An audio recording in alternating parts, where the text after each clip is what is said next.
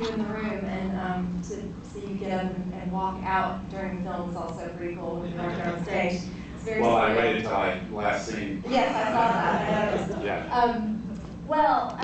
Thanks again. And I have to ask you about the adaptation from the book, about the dialogue in the movie. I haven't read the book, but the dialogue is so fantastic. Do you know how much of that was part of all William's book was almost all narrative, very little dialogue. Extraordinarily unknown Southern author, fabulous. So look up his name and what's the name again? Oh, I've got it written down. Willingham, I believe it was. Anyhow, so this script was written by the woman in the straw hat in the very last scene who was talking to Shelley, Joan Tewksbury, and one other person. But Joan did the bulk of it. However, what you see in the movie is largely improvised. Beginning right at the beginning of the picture, an extraordinary pan shot down the tracks and the boat coming up and the two of us coming up the hill. All that banter leading to the taxi cab scene was not done as written. The joke was there, but that was about it. I'd forgotten how much of it was improv. Now, when Altman did that, it wasn't traditional, like name a subject in a town and a flower and we'll do a skit about it. But he would gather you around in conversation and say, well, you know, we're going to do this scene, and just let's read it. And you'd read it, and he'd say, well, what if? And he'd throw out a couple of ideas, and then you would go away, and then things would gestate.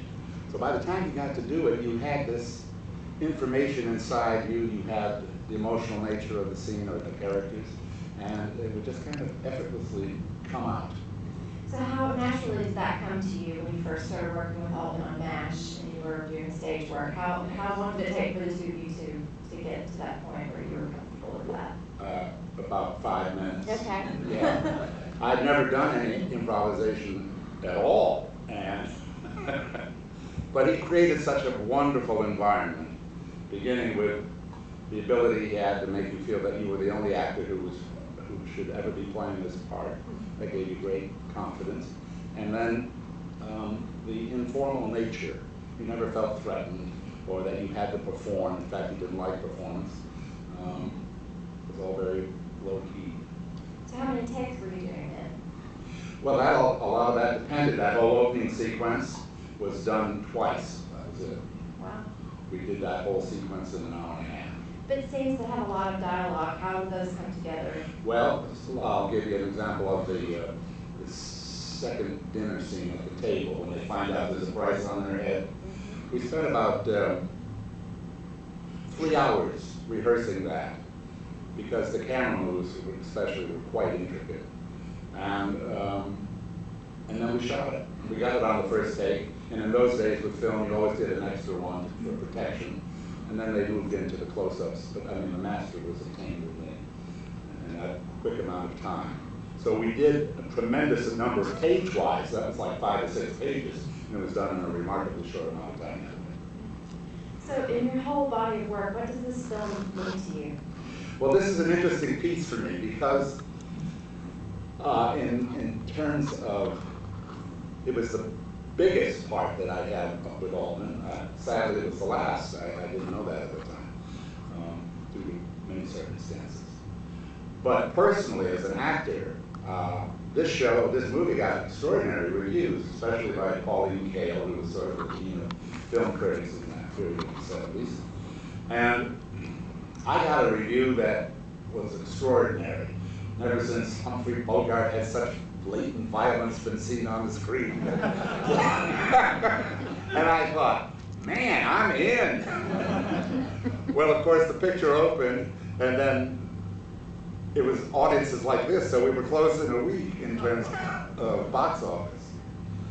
And indeed, it is a very daring film. It's extraordinarily pastoral, and does not, it's relentless in its pace, which Altman created. It was the one disagreement we had. I felt that from the time that gang finds out that there is a price on their heads, wanted dead or alive, that there should be an urgency that propels the rest of the movie. Now, since I had no choice in this matter whatsoever, these were talks over drinks. But he differed very, very greatly. And of course, what you see is the results, yes. Yeah. I'd like to take some audience questions. I'm sure we have some, so just raise your hand. Okay. He's going right in front. I will, okay, I'll come back here. Yes, the good doctor here. Okay. Yes. Oh. Did you want to say something? Yes, I have a question. Okay. We've been going to Robert Altman films our whole life, and it seems that in many of his films he takes the genre and turns it upside down. And watching this again, it's been a long time since I've seen it straight through. Yes. It seems to me you have to make the comparison to Bonnie and Clyde, which you had a few years earlier. But that's an audience response. In the making of his films, did he discuss with the cast, did he have in mind other films that he wanted to stand apart from and maybe at the same time comment on? Thank you. We were not aware of it. All we were aware of was that we had to do the best storytelling possible. And that's what he gave us. That's what we approached. He admired Bonnie and Clyde, but he didn't want to do Bonnie and Clyde with them. Well, who was that other director with it? The violence was extraordinary. Peckinpah, Sam Peckinpah. I love Peckinpah's pictures. But he felt Sam did those better than he would have. So he liked, in this particular case, he was fascinated with, you saw it in McCabe and Mrs. Miller, he's fascinated with unsavory types and traditions, like in the Western, the fact that they weren't honorable at all. That shouldn't, in fact, it's a lot safer that way, you know, to get rid of somebody. But with this particular picture, I think the closest he came to wanting to imitate anything or to follow was the tradition of the Southern writer, where you can smell the earth in the books. You have characters that you don't see anywhere else. Chickamauga was a fascinating character that way. He was supposed to be a half-breed, Indian, which was not uncommon.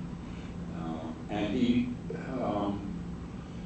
teed up, similarly, you don't see people like that. And then he wanted to combine